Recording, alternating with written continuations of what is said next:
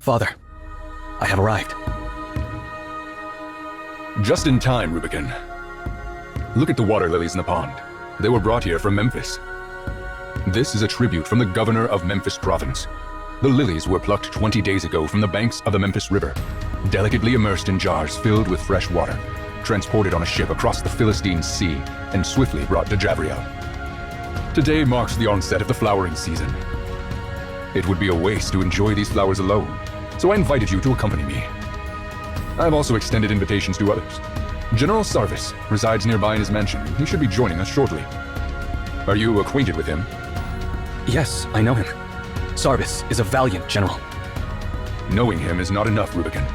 As my heir, you must remain well informed about all the developments in Javriel. Sarvis was recently promoted to the rank of youngest senator. It is imperative that you maintain a close relationship with him in the times to come. Understood, Father. I shall pay him a visit later. Well, that won't be necessary. He has already arrived. Your Majesty. Rise, Sarvis. Now, we await the arrival of High Priest Merari. Sarvis, you have accomplished remarkable military triumphs on my behalf. I had promised that on the day of your senatorial promotion, you may select any city within my empire as your fiefdom, excluding Javriel. Have you made your decision? By the grace of your Majesty. Let's skip the formalities of the Senate. Choose your city, and I shall grant it to you. Leave the pleasantries and bureaucratic matters to others. I desire a land as warm and inviting as your Majesty's garden.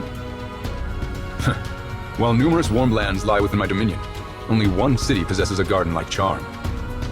Your discernment is commendable, for you have chosen a place even I find difficult to part with. Very well. Bellefontaine shall be yours. Tend to her with care, for she is a unique and precious flower, even amidst my vast garden. Ah, here comes the High Priest as well. Greatness be upon you, my lord. May your reign endure as long as the Tiberius River flows through the Eternal City. Indeed, at my age, divine favor is required to sustain my rule over this nation for much longer. Worry not, Father. Your radiance shines as brightly as the sun that illuminates the entirety of Japheth. You've picked up the rhetoric of those eloquent orators, Rubicon. But have you ever seen a day when the sun does not set? I mean no disrespect, Father. I know you do not. While your words are flattering, I believe I truly merit such praise. I no longer require badges, scepters, or crowns to demonstrate my power. Nor do my accomplishments necessitate statues, poems, or triumphal arches to extol their glory anymore. The Senate recently bestowed upon me the title of the Sacred One. I wonder, on the day of my departure, whether the artisans will find a monument vast enough to inscribe all my titles. Frequently, I have wondered what further achievements I can attain during my remaining time. My generals have conquered the entire civilized world known to us, and the remaining lands are either too remote or too desolate. My empire has transformed the Philistine Sea into an inland lake. In this regard, I've surpassed all previous emperors in history. When I inherited Javriel, it was constructed of bricks, and when I pass it on to you, Rubicon, my beloved son, it shall be a grand, eternal city. You mentioned the sun earlier, which brings something to mind. The governor of Memphis province sent me a letter along with the flowers. In his letter, he mentioned an ancient legend cherished by the people of Memphis, asserting that their god of the sun was captured by conquerors from the east. According to them, the conquerors hailed from a realm known as the Arsacid Empire. Have you ever heard of that place? To the best of my knowledge, the Arsacid Empire lies far to the east of our domain, inhabited by different people with a distinct culture. This region is situated near another sea. The Memphian legend concerning the god of the sun appears to lack veracity. It is merely a deity concocted by simplistic individuals for their own peace of mind. I understand your piety, Merari.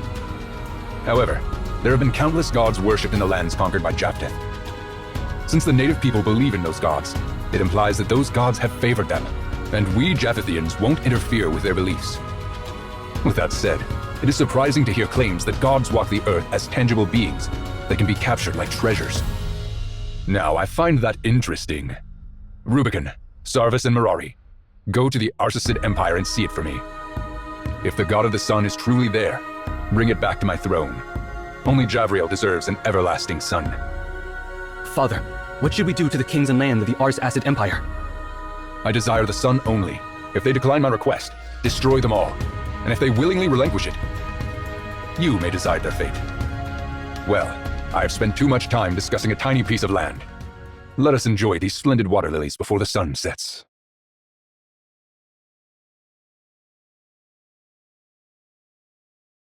Finally.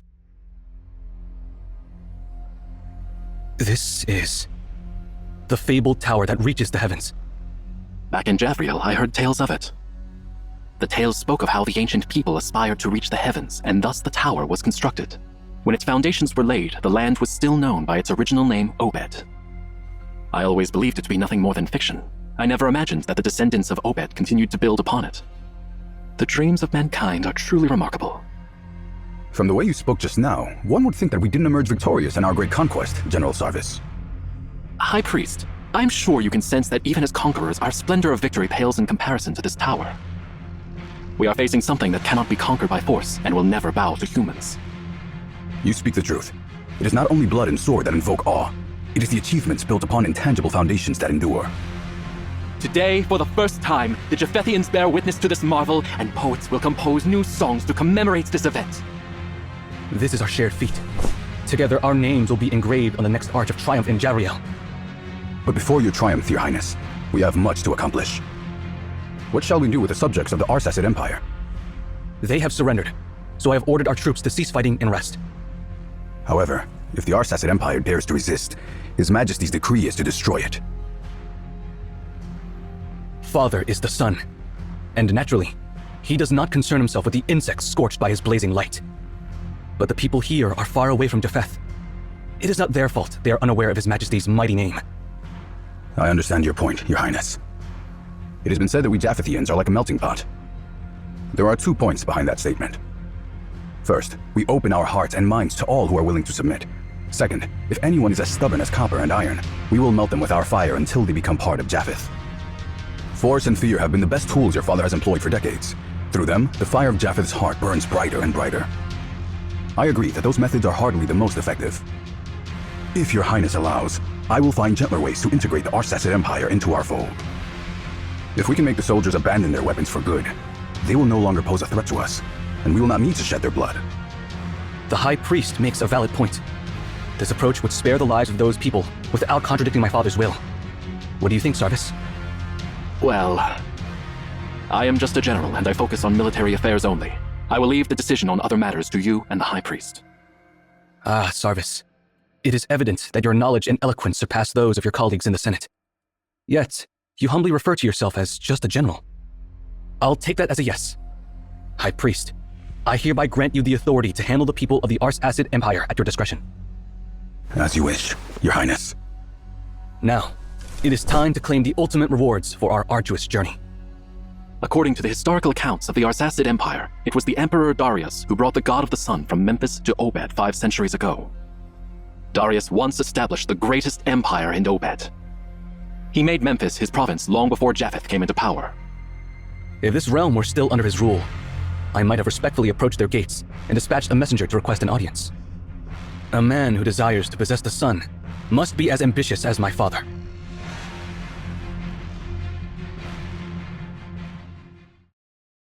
The Tower of Babel. That's the one thing in the world, besides the stars, deserving of my upward gaze. It's only fitting that the most glorious trophy should be placed in the highest place of my kingdom. I'm now entrusting it to you, Emeon. What is this, Your Majesty? A good question, and one that I would like to ask you, too.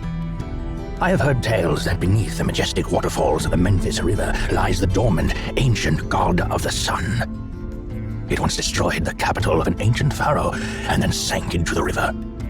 So I conquered the land of that pharaoh and ordered countless individuals to dive into the waters, leaving no stone unturned. But the outcome was a great disappointment. The so-called god of the sun was no more than a copper sphere. While it's well crafted, the artisans of Obed could have created a work of art 10 times more intricate than that. I ordered my people to smash it on the spot. However, even the mightiest warriors of my immortal army could not destroy it. No weapon could even scratch its surface. I had craftsmen construct colossal pyres and burn it for 10 days, yet its shell remained unaltered.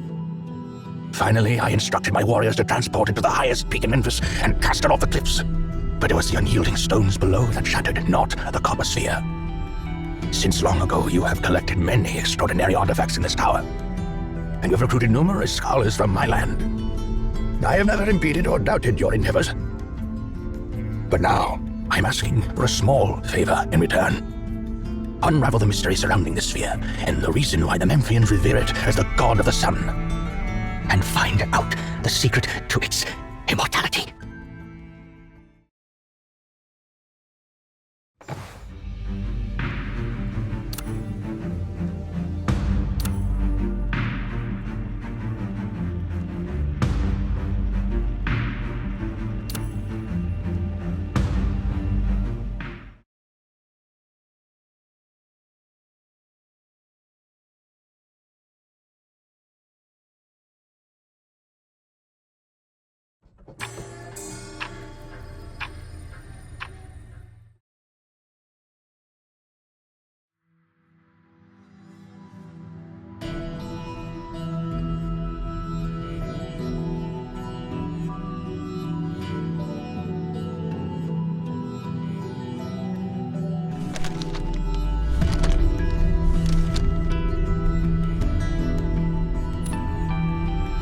The letters used in the Arsacid Empire.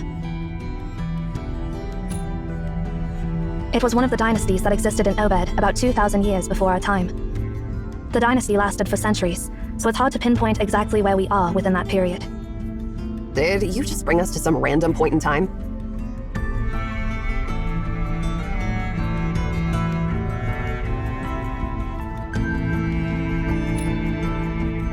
You didn't even have a specific year or coordinates in mind, just a vague idea? I can't believe it actually worked. Seriously, it's not like you scanned anything. It's more like cheating.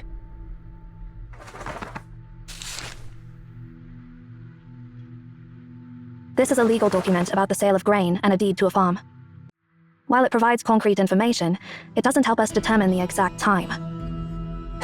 You're as reliable as ever. No wonder that old man wanted to make you the next director.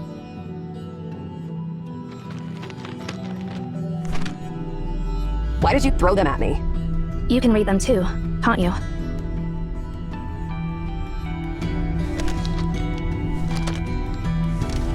Let's see what the heck we have here. Basic math, ledgers, lists of engineers, tax collection records, and tribute lists. All useless information. Wait, I found something, Zero. This is a record written by the court scribe of the 5th Emperor. He was an unremarkable emperor in the history of Obed, and not well known. Throughout its long history, Obed has been the center of powerful empires at times, and has fallen under the control of other empires at other times. The 5th Emperor's reign belonged to the latter category. During that time, the Japheth Empire in the west, ruled by Emperor Thurinus, was at its peak. Thurinus' armies extended to the farthest reaches of the known world in all directions. In the east, they reached the Arsacid Empire. During his reign, Thurinus sent an expedition army led by his son Rubicon, the high priest Merari, and General Sarvis to Obed. However, the expedition didn't result in Obed becoming a new province of Japheth, as was the case with other areas during that era. The reason for the truce remains a mystery, as no records or treaties were passed down through history. However, the Tower of Babel remained under its existing ownership during that war. Emaon, throughout different generations, protected it during all the crises and incidents, ensuring the library's safety and preservation. That's a nice way of saying sitting on the fence. The knowledge stored in the tower is incredibly valuable, so no one would want to destroy it, right? Besides, those old chumps did have their talents, as long as they were willing to cooperate. No emperor in his right mind would give them a hard time. As much as it pains me to admit it, your ability is quite remarkable.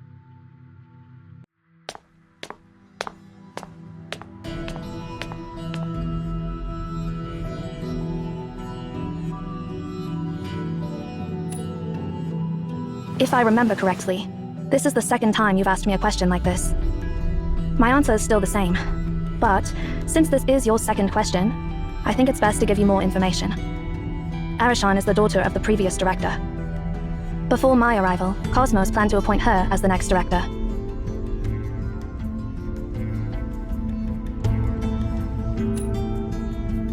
Yes.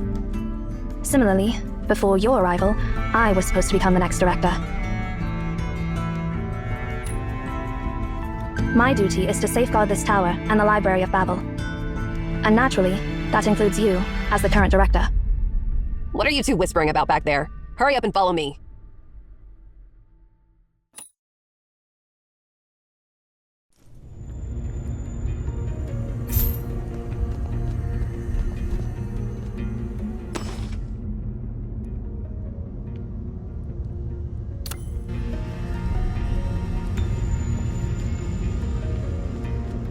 What a rudimentary ancient device.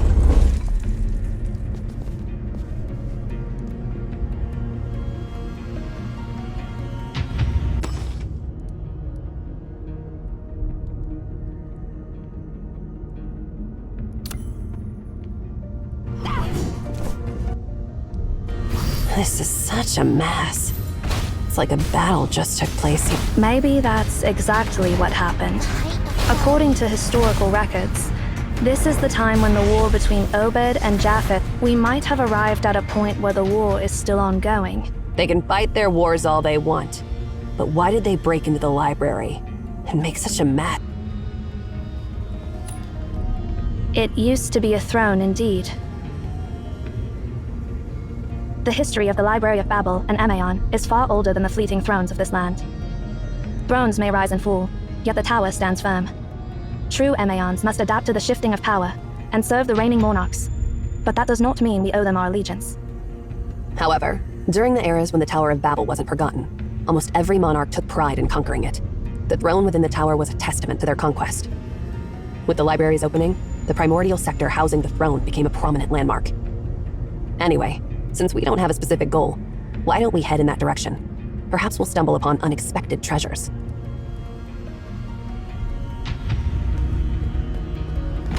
The main path ends here. Let's check out what's below.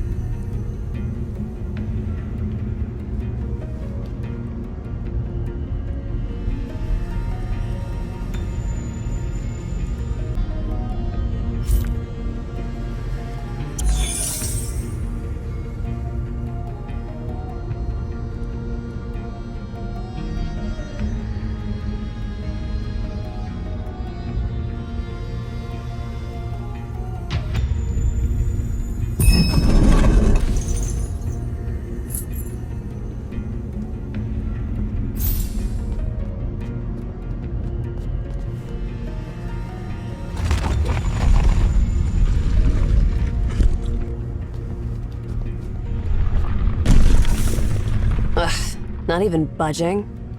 I should have known not to expect anything from this old...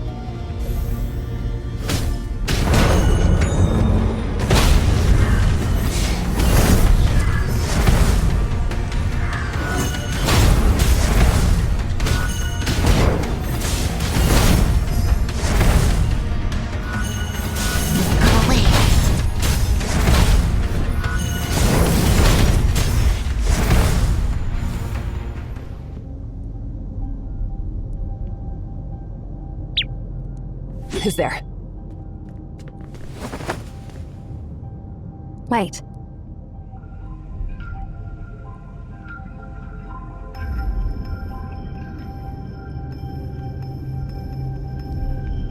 You are. You're Outlanders. No, wait. The symbols on your clothes. Zero, you explain it to him.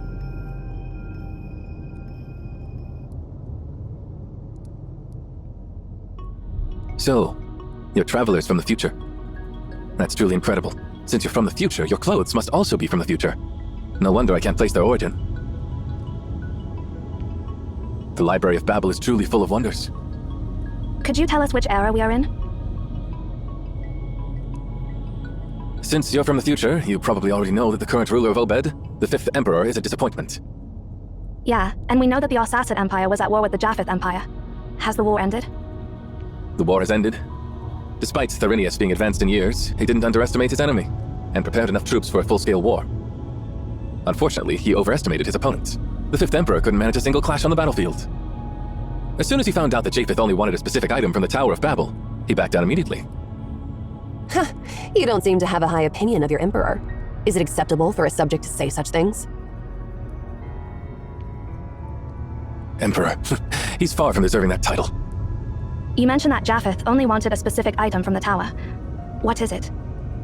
I've heard that Rubicon's ultimatum mentioned Memphis's god of the sun. I've seen it a few times, but it's disappointing.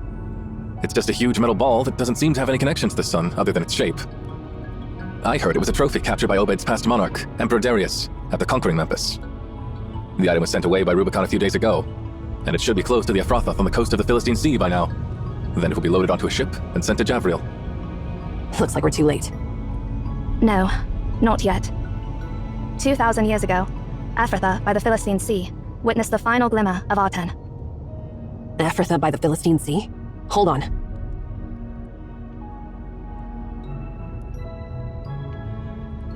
The Star of Ephrathah. History sure loves to play tricks on us.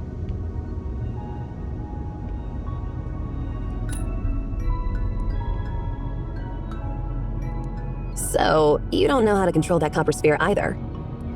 No, we don't. Honestly, we wouldn't even know it's something that can be activated if you hadn't mentioned it. But since those Japhethians are so desperate to get their hands on it, they might have some knowledge about it. Interestingly, Prince Rubicon and his Praetorians are currently stuck in the library. What did you just say?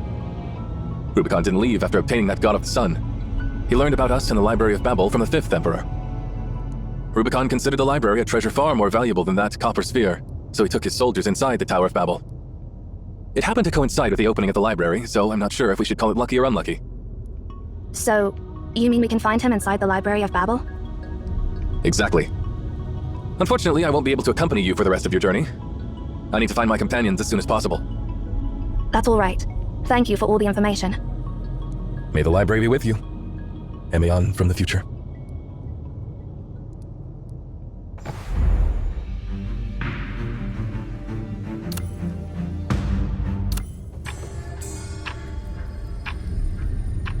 Now we know exactly what to do next. Hopefully, we'll find something this time. Since the Japhethians are after that copper sphere, they must have heard something about it, right? Oh, it was an anomaly that appeared in Ephrathah, near the western shore of the Philistine Sea, around 2000 BC. According to historical records, a solitary star of unparalleled splendor emerged in the night sky above Ephrathah. Unlike other stars, it remained fixed over Ephrathah. The star was visible along the entire coast of the Philistine Sea, but it vanished shortly after its appearance, and hasn't been recorded in any astronomical observations since. Naturally, some might consider it a collective illusion, but for us Emeons, it was an undeniable anomaly. Since there were no Emeons in Ephrathah at that time, the truth behind this incident has remained a mystery for thousands of years. Until just now. Considering the time and location, it's safe to say that the Star of Ephrathah is Arten, which the Japhethian transported from the Arsacid Empire. Although it lasted only for a brief period, it did ascend back into the sky, emanating radiance and brilliance. The only question is this: who in this era discovered the command to activate it?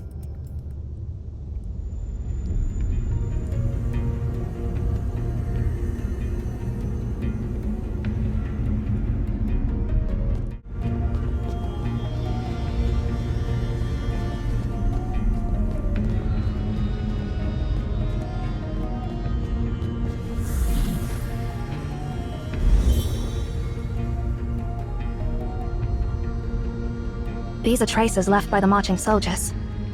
It seems like they're not far ahead. Let's hope we can still reason with those Japhethans in the tower.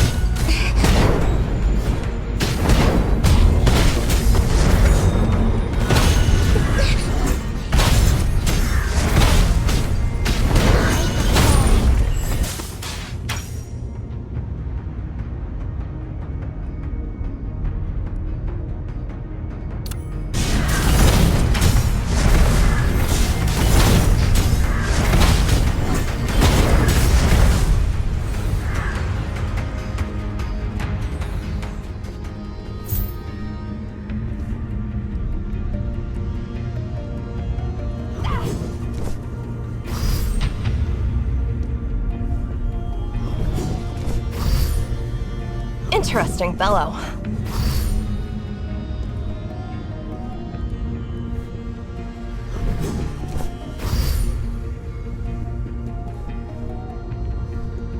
Interesting fellow.